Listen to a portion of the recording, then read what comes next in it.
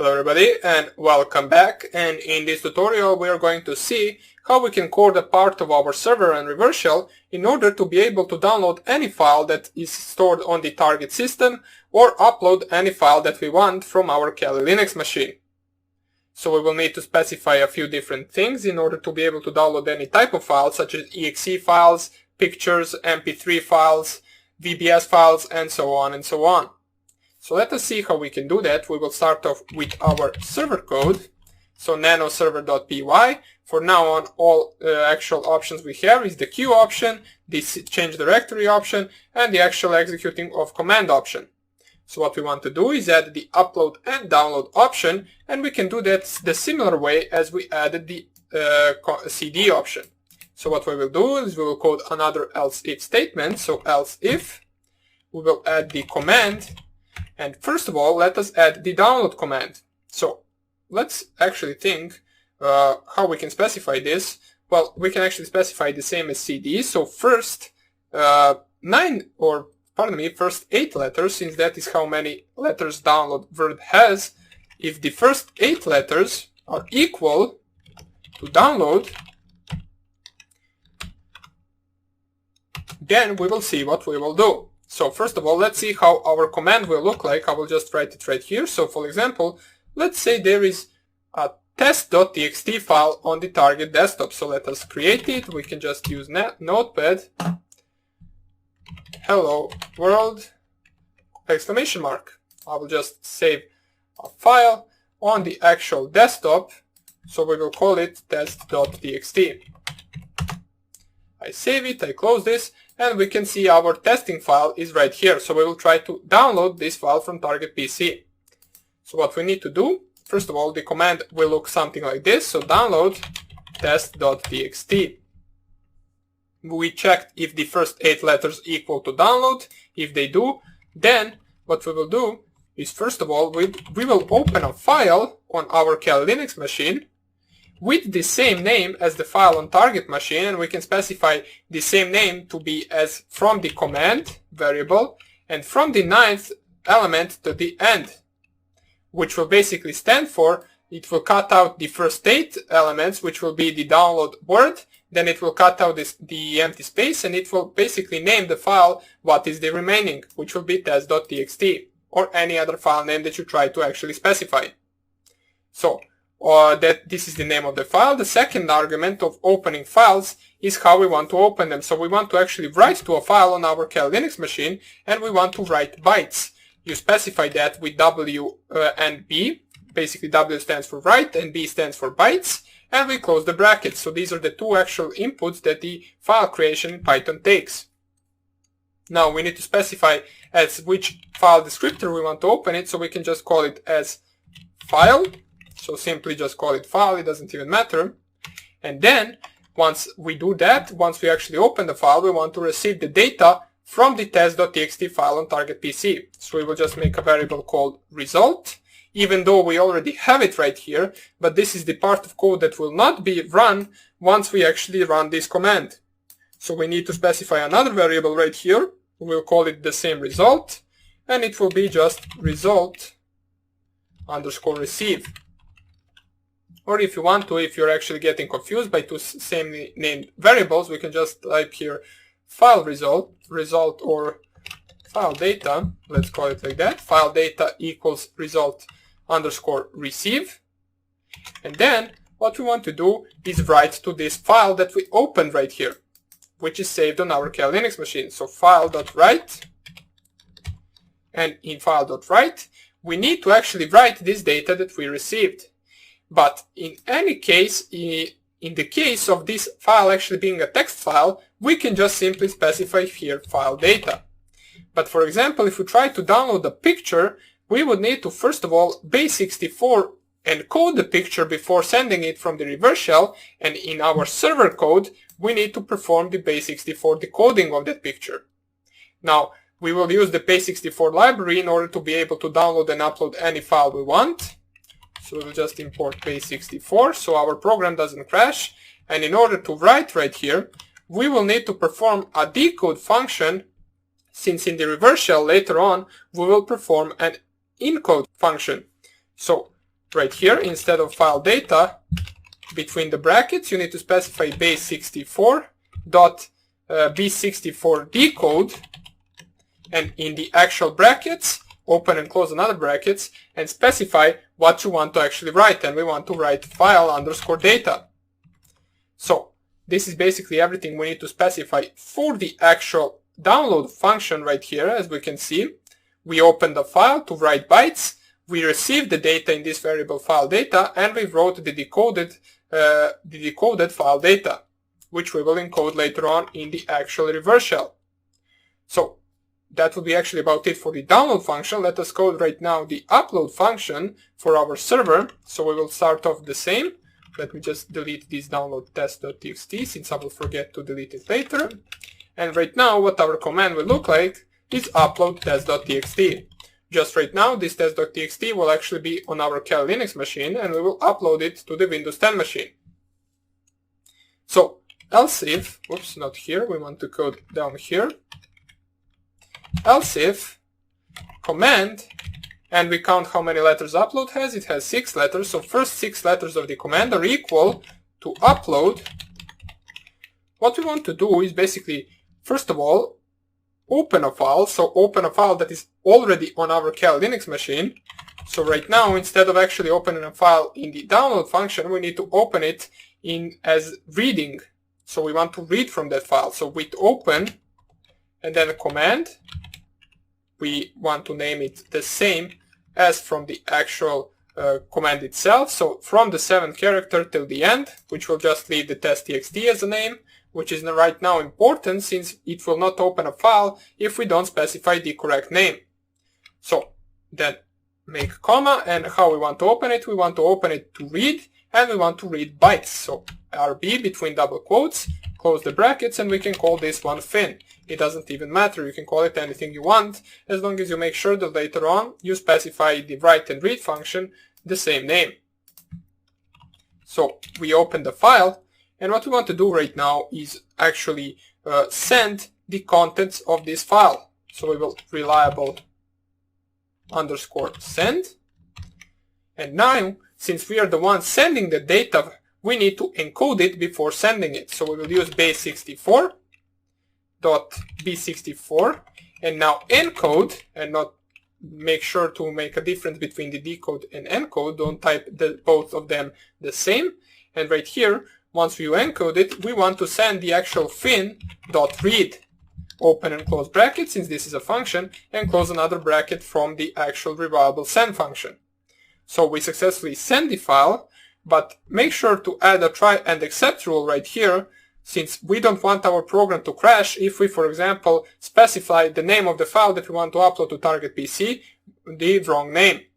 We want to run this in a try and except, so try, then tab these two, we will try this,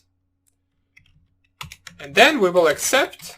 If any error occurs, we will just basically send to the target a failed variable, which will contain a string which will say failed to upload, which we can then check. If we cat the target, the actual target file, we will see that it says failed to upload, and we will know that something is wrong with the actual upload function, or that we specify the name incorrectly.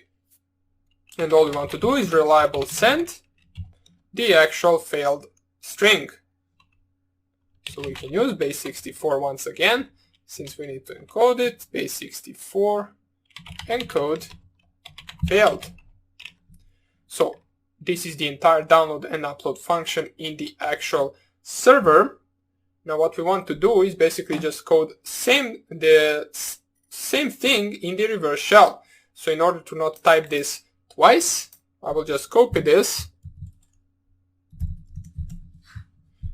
I will close the actual program, save everything, save it under that name. Let me just check if I saved everything correctly. Okay, I did. Then I go to my reverse shell, and right here under the actual change.go directory, I can specify what I copied from the server code. But of course we need to change a few things right here. We cannot leave it just like this, since the download and upload function will not be the same in our server code, or pardon me, in our actual reverse shell code. So let me just check here. If we get the command to be download, that means that our reverse shell is receiving, or basically it is sending the file. So we first of all need to change this write bytes to read bytes in download in the reverse shell. We can leave it to be named the same. And we are not actually receiving the data, we are sending the data. So let us delete this. Let me just go right here. And what we want to actually do is basically reliable send, or we cannot leave it like this. This is writing to a file, so let us do it like this. Reliable send, open and close brackets to our function, and send base64.b64 encode. Oops. Since in our server we decoded the download function, right now we need to encode it in order to send it. We open the brackets and we are sending the file.read. Open and close another brackets and close two other brackets. Since make sure to have 3 brackets open and 3 brackets closed so you don't run into an error. And all we are left to do before testing our program is to fix the upload function as well. So in the upload function, first of all, we need to fix the actual RB to be write bytes, since in our target PC we are now writing the file that we are receiving, and all we have to do is just receive the actual file. So we need to delete this first of all. We don't need the try and except rule right here, there is no point. So let us delete all of this and then we will write what we need. Oops, also delete the try. And let us see what we need to do in order to make the upload complete on our reverse shell. So what we will do is file data will be equal to reliable_receive. So what we are doing is we are receiving the file data and we want to write, so fin.write the base64.b64 decode, and what we are writing is the file_data. So if I'm not mistaken, everything right here should be good to go. And right now if we save this and compile the actual program, let me just find the command from the previous video so I don't type it once again, just actually compile it with the same command as usual. Press enter. We let this compile, takes a few seconds, and right now let us see if we are going to be able to download this test.txt file as well as upload some file that I will create right now in our Linux environment. So let us just wait for this to compile. We can right now import the USB drive, go to my disk directory where my actual reverse shell.txt is, and move it to my media root and Kali live, which is my USB drive. So we wait for a few seconds. Okay, so it has finished. I unplug the USB drive. Let's paste the actual reverse shell to the desktop. Now make sure once you're actually downloading and uploading the files, you can only specify only the name of the file once you're in the same directory as that file. For example, if this reverse shell was one directory back and not on the desktop, you will need to specify the full path to this test.txt file in order to be able to download it from a different directory. So before we actually run our program, let me go one directory back, delete the dist, delete the build, delete the reverse.spec. And before I run my server, let me create right here in this directory a file which we will call hello.txt.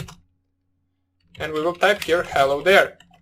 We will save it so we can have it right here, and then we will try to actually upload it to the target PC. So let us run the server, upload test.txt. Okay, so in my server code, what I forgot is to remove this line. And there is also another thing that I think I forgot, which is unfortunate, but we will have to actually fix it. Yeah, I didn't import the base64 library right here, so make sure to import it. importing reverse shell.py, and right now I will compile it once again because our program will not work. The one that we actually pasted on our desktop, I will just delete it. It will not work because we didn't compile it with the base64 library. So I will compile it once again. Just give me a second. I will plug in my USB drive real quick in order to transport this reverse shell.exe to the target. Okay, change to dist, move reverse shell to the media root Kali live. Sorry for this, forgot to add the base64. Make sure you add it as well, otherwise your program will not work without that library. And we are good to go right now. So let's run our server. Okay, so we have an actual error. Let me just find it where it is. Except, why is there an error right here? Not really sure. Oops, what am I doing? Okay, it could be because we are missing something somewhere. For example, right here we are missing another bracket in our server code. So make sure to add a third bracket right here. And right now if we run this, everything works well for now. So let me unplug my USB drive from the Kali Linux machine. Then paste the reverse shell to my desktop once again. And I can run it right now. So hopefully if everything worked well and we coded everything well, our reverse shell should connect back to the Kali Linux as it did. So let us check some usual commands such as who am I and basically dir for actually listing all the files on the actual desktop environment. And right now let's first of all try to download this file to our Kali Linux machine. We for example saw an interesting file which is test.txt. So let us type download space test.txt. We press enter. Result underscore receive is not defined. Oops, so we named something not really correct. So let me just try it once again. Let me just remove all the unnecessary directories so we don't actually confuse ourselves with them. So somewhere I specified result.receive instead of reliable.receive or underscore receive. Let me just find it where it is. Okay, so here is the error. It's not result underscore receive, it is reliable underscore receive. Let me just clear the screen, run it once again, run my reverse shell once again. It connected back, dir, works. And let's download test.txt. Okay, so it seems like we didn't get any error. If we run another command, we can see we can execute further commands. So we hope that we actually downloaded the file successfully, which we will change as soon as we terminate the connection. But before we terminate the connection, let's try to actually upload to the desktop the hello.txt from our Kali Linux machine. We can see right here there is nowhere hello.txt file. So if we go right here, type upload hello.txt, we press enter, everything seems well. If we go right here, there is now hello.txt file, we open it, and it should say hello there, as it really does say. So our upload function works. Now let's terminate the connection with Q and type ls, and we can see our download function works as well, since we have the test.txt file right here. If we cat the test.txt, we can see it says hello world exclamation mark, which indeed it does if we open it right here. So our upload and download function work really well. We managed to code them, and in the next video we will code some different functions useful for our reverse shell. So hope you enjoyed this tutorial, and I hope I see you in the next one. Bye!